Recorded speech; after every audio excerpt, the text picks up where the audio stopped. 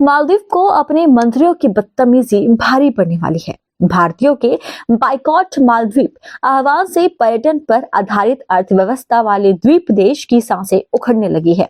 हालात ये है कि चीन दौरे पर गए मालदीव के राष्ट्रपति मोहम्मद मोइजू को ड्रैगन के सामने गिड़गिड़ाना पड़ गया। गिड़गिड़ाते हुए उन्होंने अपने यहाँ से और ज्यादा सैलानियों को भेजने की अपील की।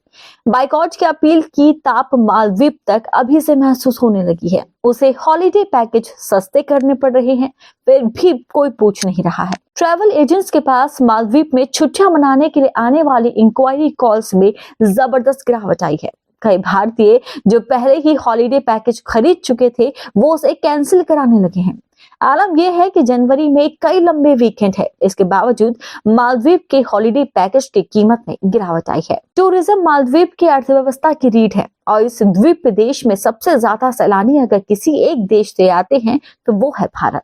यही वजह है कि मालदीव सरकार ने डैमेज कंट्रोल करते हुए भारत, हिंदुओं और प्रधानमंत्री नरेंद्र मोदी के बारे में आपत्तिजनक टिप्पणी करने वाले 3 मंत्रियों को सस्पेंड करने में देरी नहीं की। लेकिन नुकसान तो हो ही चुका है। अब उसके भरपाई के लिए राष्ट्रपति मोइसी को चीन के सामने गिड़गिड़ाना पड़ रहा है। उन्होंने चीन की शान में कसीदे पढ़ते हुए उससे और ज्यादा पर्यटकों को मालदीव भेजने की अपील की। मोइजी को चीन समर्थक और भारत विरोधी माना जाता है। उन्होंने कुछ महीने पहले हुए चुनाव में इंडिया आउट का जहरीला कैंपेन चलाया था। मांग में कमी के चलते मालदीव के लिए हॉलिडे पैकेज की कीमतें भी औंधे मुंह गिरी है। उदाहरण के तौर पर हैदराबाद से मालदीव के 3 दिनों का पैकेज पहले 55,000 से 70,000 रुपए के बीच में होता था, जिसमें हवाई किराया, रहने ठहरने, खाने पीने का खर्चा भी शामिल था। लेकिन अब ये पैकेज 45,000 रुपए या उससे भी कम में उपलब्ध है। हैदराबाद के ट्रैवल एजेंट्स बता रहे हैं कि प्रीमियम 5 स्टार पैकेज जो कभी 2.5 लाख रुपए में पड़ते थे, उसकी कीमत घटकर 2 लाख रुपए से भी नीचे चली गई है।